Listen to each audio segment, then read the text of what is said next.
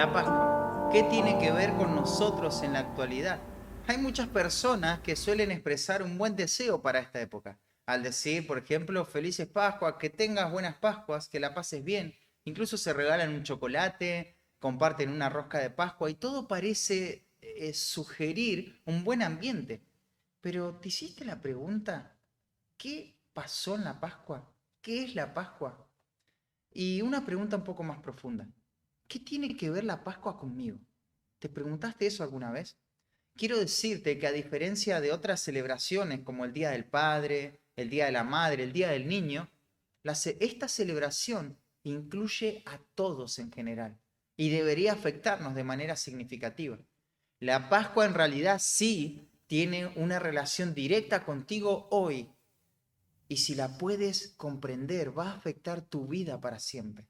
Mira, sin importar la etapa en la vida en que te halles, si eres un niño, un joven, un adulto o incluso un anciano, y sin importar la condición social a la que pertenezcas, si eres pobre o rico, incluso te voy a decir algo más, sin importar las circunstancias en que te encuentres. Quizás estás en un buen momento en tu vida, gozando de mucha alegría y placer y beneficios, o quizá estás en un momento difícil, un momento de dolor, de aflicción, donde sentís que todo tu interior se aprieta y todo te asfixia. Pero déjame decirte que todos necesitamos creer el verdadero significado y sentido de la Pascua. Y quiero que respondamos a esta pregunta: ¿qué tiene que ver la Pascua conmigo? Pero para contestar a la pregunta, primero tenemos que remontarnos muchos años en la historia donde todo comenzó. La fiesta más antigua y más importante de la historia de Israel era la Pascua.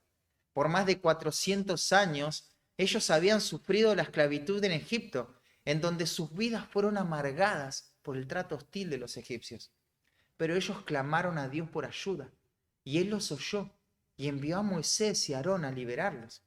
Cuando Moisés y Aarón anunciaron al faraón su misión, él en primera instancia rehusó dejarlos ir, pero Dios tuvo que tratar con ese corazón duro de faraón. Y él mostró su poder enviándole 9 plagas dolorosas sobre él y sobre toda la tierra de Egipto. Pero aún así, no quería soltar a los esclavos. Entonces Dios envió a advertir a Faraón sobre la última plaga terrible. Y Moisés comunicó a Faraón y a todos en qué consistía esta plaga. Y él dijo, así de parte de Dios: Jehová ha dicho así: a la medianoche yo saldré por en medio de Egipto y morirá todo primogénito en la tierra de Egipto. Si él no deja ir al pueblo, todos iban a morir.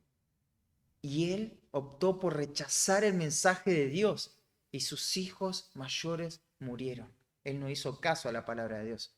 Entonces Moisés lo que hace es instruir a cada hogar israelita a elegir un cordero de un año en el 10º día del mes, y 4 días más tarde tenían que matarlo. Luego debían aplicar parte de la sangre de ese cordero en el marco de la puerta, o sea, en los postes y en el dintel, dice la Biblia literalmente, y quedarse allí hasta la mañana.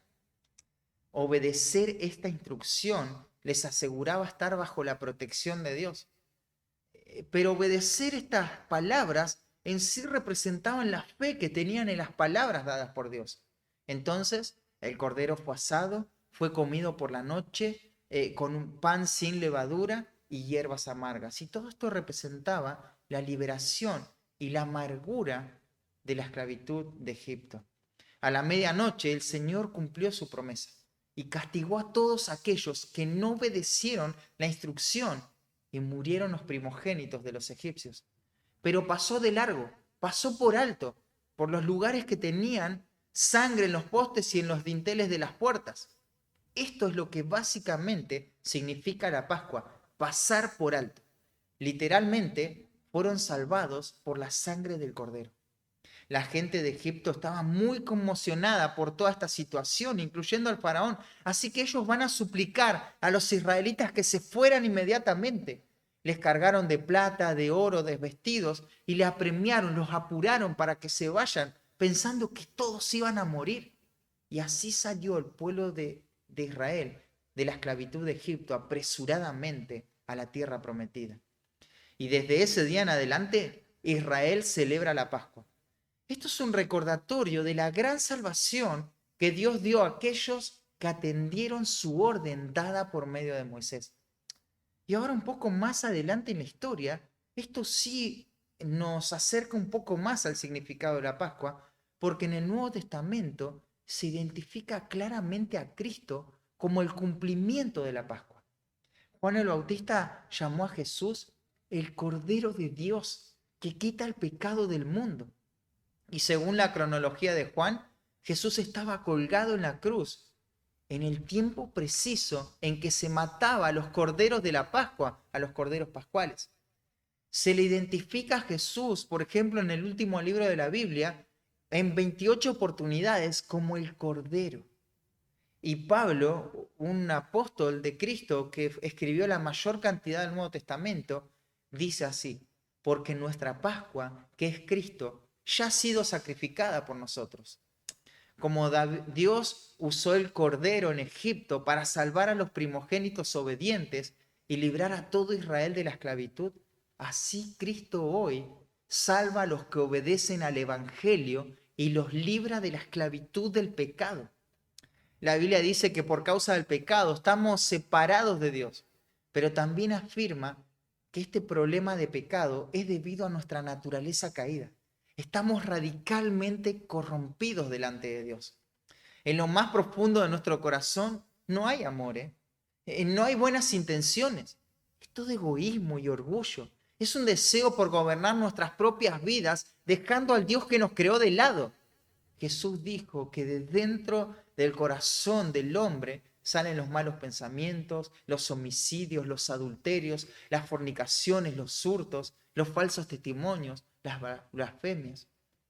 Al mismo tiempo, el pecado se hace evidente en actos que cometemos, no solo queda en nuestro corazón. Incluso es pecado también no hacer cosas que sabemos que están bien y las deberíamos hacer.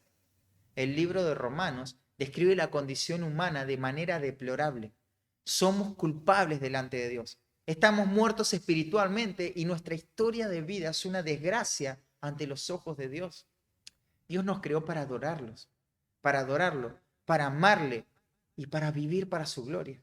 Pero fracasamos porque hemos adorado cualquier cosa menos al Dios vivo y verdadero. No le amamos.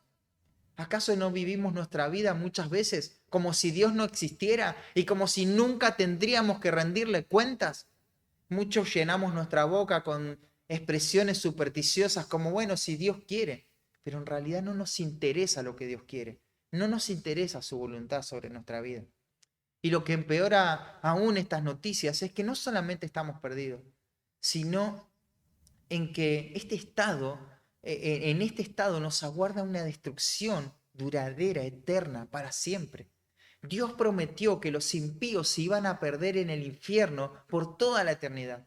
Así que si partimos de esta vida en esa condición, nuestro destino eterno será la condenación eterna. Y Dios es justo en cumplir algo que Él prometió y algo de lo cual Él ya nos advirtió antes. Pero lo que empeora aún más las cosas, por si esto fuera poco, es que el problema no se termina en nuestra condición. No hay nada humanamente posible que podamos hacer para revertir esta situación. La Biblia es enfática en asegurarnos que nadie puede salvarse mediante obras. Pero la Biblia también nos muestra a un Dios compasivo, a un Dios lleno de gracia y amor. Y Él en su infinita misericordia envió a su Hijo como aquel Cordero de la Pascua. Jesús dio su vida. Él derramó su sangre para rescatarnos de la esclavitud del pecado, de una vida que no le glorifica. La palabra de Dios afirma que la sangre de Jesucristo, su Hijo, nos limpia de todo pecado. Lo que hizo Cristo en la cruz fue tomar nuestro lugar. Él recibió la ira de un Dios airado y fue tratado como el peor de los pecadores. Y en cambio, Él nos ofrece su justicia por amor. Solo por los méritos de Cristo es que podemos disfrutar de una relación correcta con Dios. Él es el único mediador entre Dios y los hombres y debemos confiar en su sacrificio en la cruz. Pero también debemos confiar en que Él venció la muerte, resucitando de la muerte. La resurrección es el sello de aprobación por parte del Padre. La vida de Cristo fue aceptada como un sacrificio suficiente y perfecto, sin ningún defecto, para poder salvarnos del pecado que hoy nos esclaviza. Y la resurrección es la evidencia de esa aprobación. Entonces, ¿qué tiene que ver la Pascua contigo? ¿Qué tiene que ver conmigo? Bueno, mucho. Tú y yo necesitamos al Cordero de Dios. Un día nos tenemos que presentar delante de Dios. ¿Y qué vamos a hacer si por nuestra propia justicia pereceremos? A menos que la sangre del Cordero esté aplicada en nuestro corazón, vas a morir. Voy a morir eternamente por causa del pecado. Y sabes, lo más triste de todo esto es que vas a ser consciente, cuando experimentes el tormento eterno, de la oportunidad que tuviste y desperdiciaste en el momento en que te hablaron del Cordero de la Pascua. Pero si vas en fe y arrepentimiento a Cristo, Dios puede perdonarte. Él puede librarte. Puede pasar de largo, puede pasar por alto tu pecado en Cristo. Pero debes reconocer que eres pecador, que tu pecado es grave ante los ojos santos de un Dios santo y que por tu propia capacidad no puedes hacer nada. Y solo debes confiar en el sacrificio de Cristo hecho a tu favor para poder vivir una vida para la gloria de Dios, que le ame, que le adore hoy y por toda la eternidad. Así que la Pascua claramente tiene una relación contigo hoy, para rescatarte del pecado que te está esclavizando, de la amargura y el dolor que has experimentado por las consecuencias del pecado. Pero para que eso sea una realidad, debes acudir a Cristo en fe y arrepentimiento. Pero si rechazas e ignoras y no te arrepientes, el Cordero que hoy puede salvarte es el mismo que va a ser tu juez en el juicio final. Así que yo te ruego, te suplico por amor a tu propia alma, cree en Cristo para salvación hoy, porque mañana puede ser demasiado tarde. De esa manera se relaciona la Pascua contigo y conmigo hoy.